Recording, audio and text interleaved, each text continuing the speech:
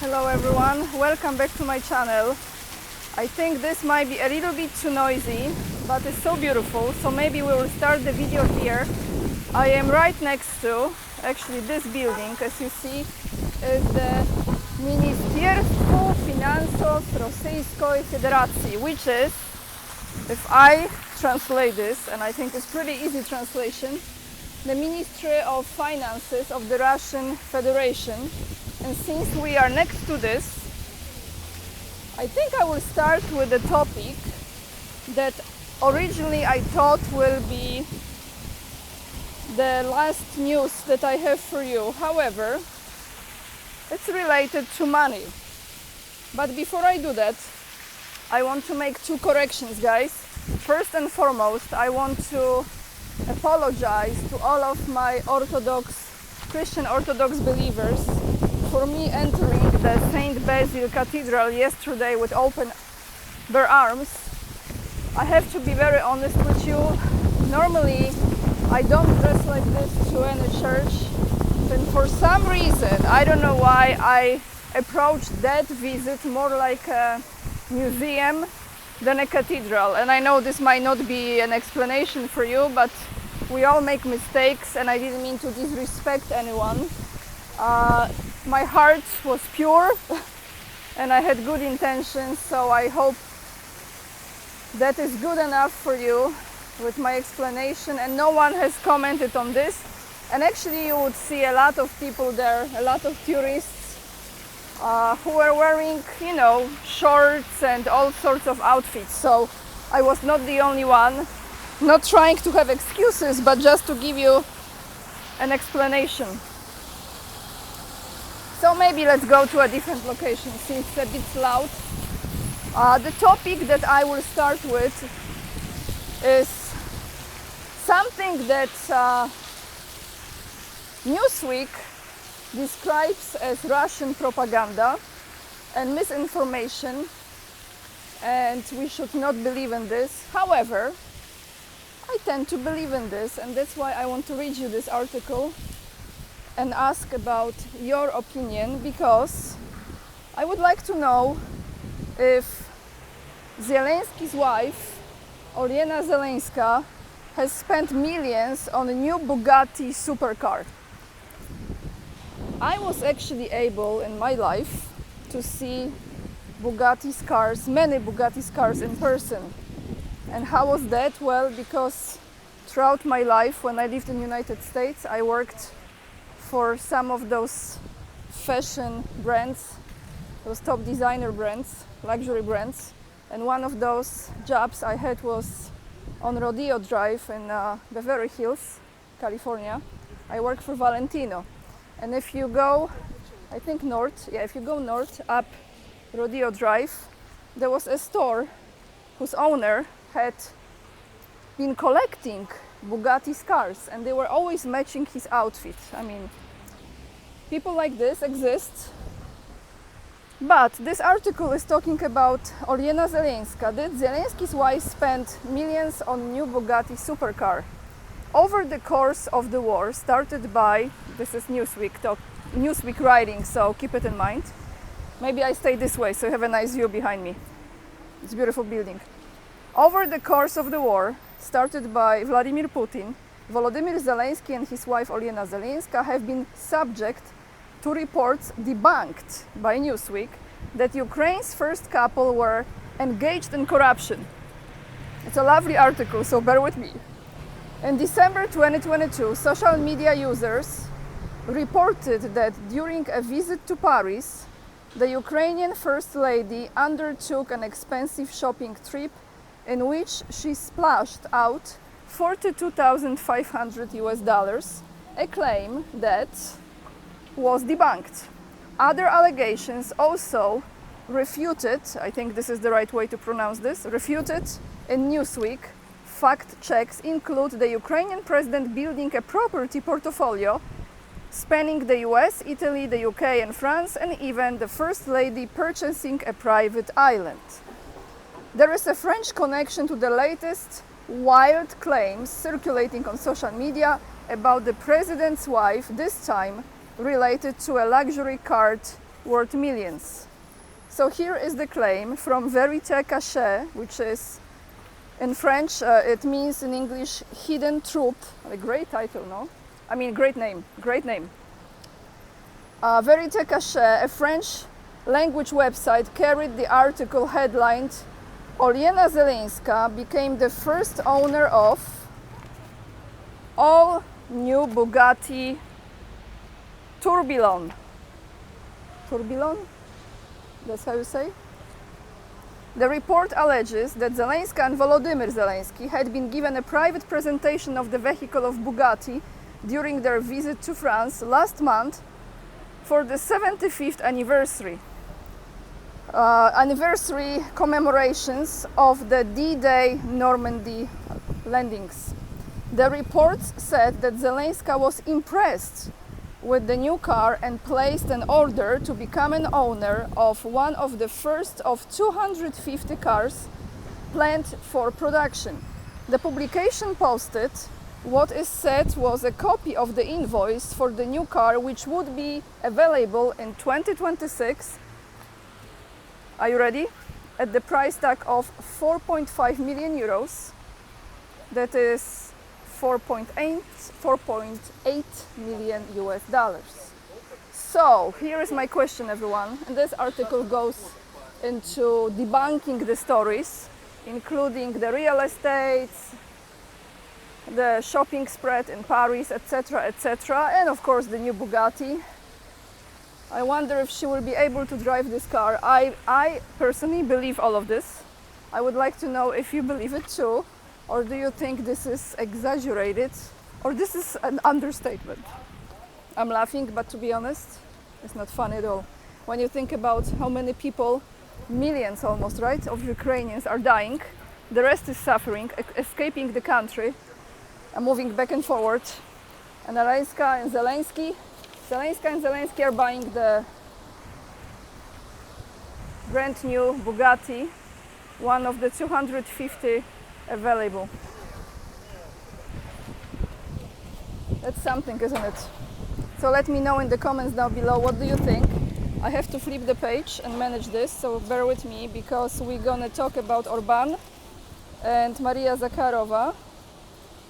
Let's see. Okay, and first here I want to say, yesterday I made a mistake, like the most stupid mistake ever, when I said that Antalya was the capital of Turkey. Of course I meant Ankara. Antalya is a region in Turkey. I think the heat got in my head. Today we have 34 degrees Celsius, so this is another apology to everyone. All right, Orban made it to Kiev. So Viktor Orban made it to Kiev, and I've watched few videos about his visit there. One of which was, I think, on the Indian channel, and they were explaining that this was kind of a business trip. I'm gonna read you the article and then the response from the Minister of Foreign Affairs of the Russian Federation and what Maria Zakharova said about this trip, about this visit. But that video from this Indian channel, I think Vayon, that's the name, was mentioning that he went there to negotiate collaboration on rebuilding Ukraine after this conflict. So if this is the case, you know, when you look at the people, you see at the end of the day it all comes down to money. So I'm not sure what should I think about Orban at this point, but I'm trying to find a more quiet spot right here, maybe. Okay, guys. So, from The Guardian, Orban unexpectedly visits Kiev. On Tuesday, that was yesterday, July the 2nd, Hungarian Prime Minister Viktor Orban made this unexpected visit and actually pushes ceasefire plan while talking with Zelensky. He presented Ukrainian President Volodymyr Zelensky he pressed him to consider a ceasefire during his first visit to Kiev since Russia's invasion. So I wonder why now. Do you think the main reason is because Orban is now, I think for the next 6 months, he will be, this is the rotation of the presidency of the European Union. So one of the main goals for him is to establish some peace within Europe, which I don't think he is able to accomplish at all. I think Europe will be involved deeper into this conflict, and I actually personally think Europe will be split. I believe that the eastern part of Europe will be drawn into this conflict deeper, and the western part, France and other countries, will remove themselves from this. So here we go again, Poland will be sacrificed, etc. But let me continue with this article.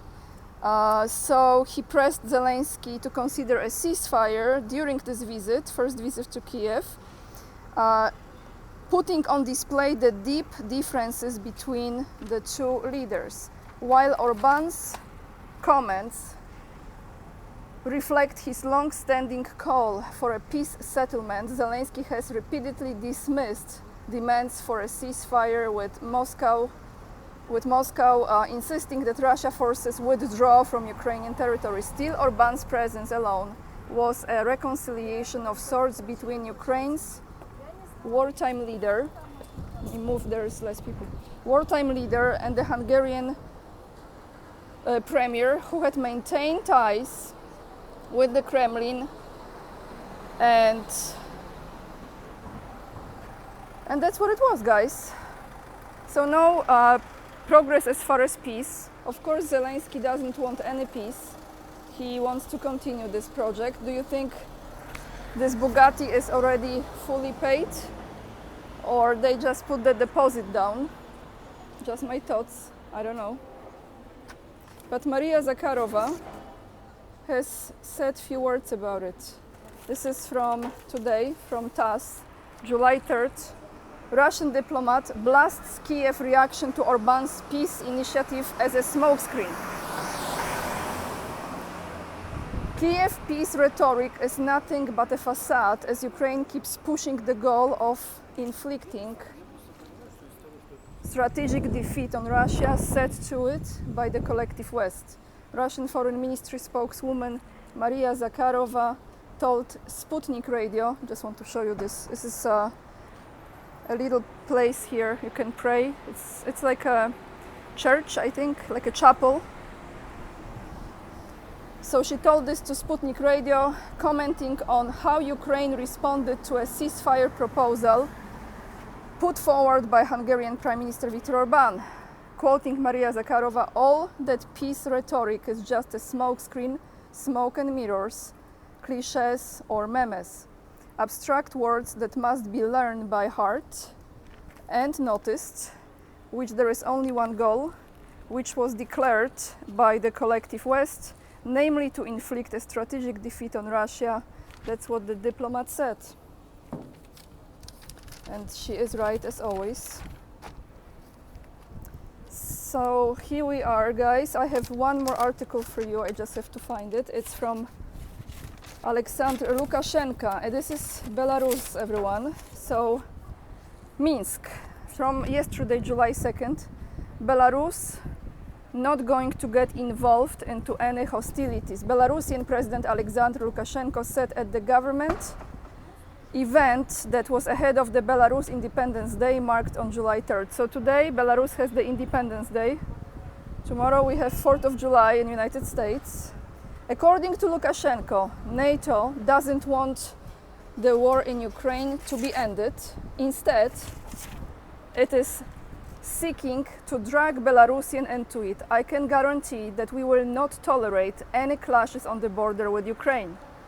There won't be any, he stressed, adding that border clashes are neither in Belarus nor Ukraine's interests. Especially bearing in mind the developments on the battlefield. He said that instead of talks, the West wants escalation. Lots of money has been injected into Ukraine. I was absolutely sure that the West, first of all, the Americans, are unwilling to leave Ukraine. It is a good stronghold, good soil. Who is going to withdraw from there? But there are not enough people to continue fighting, so an escalation is needed to deploy NATO troops. Mercenaries are not enough. That's what the Belarusian leader noted. In his words, the frontline situation is catastrophic, very serious for Ukrainians. He warned, however, that if anyone violated the border, the response will be ready, tough and harsh. You know what I appreciate about Lukashenko, guys? As I appreciate about everyone who just says it like it is, straight to the point, like Lukashenko does. And of course they call him dictator. I know it's a little bit noisy video today, but I kind of decided to record on the street, I don't know why, for some reason. Two comments of the day for you. One is from Katya Andrews, who says, I am originally from Bulgaria, but live in the United States. I absolutely agree that we, Slavic people, should stay together for peace.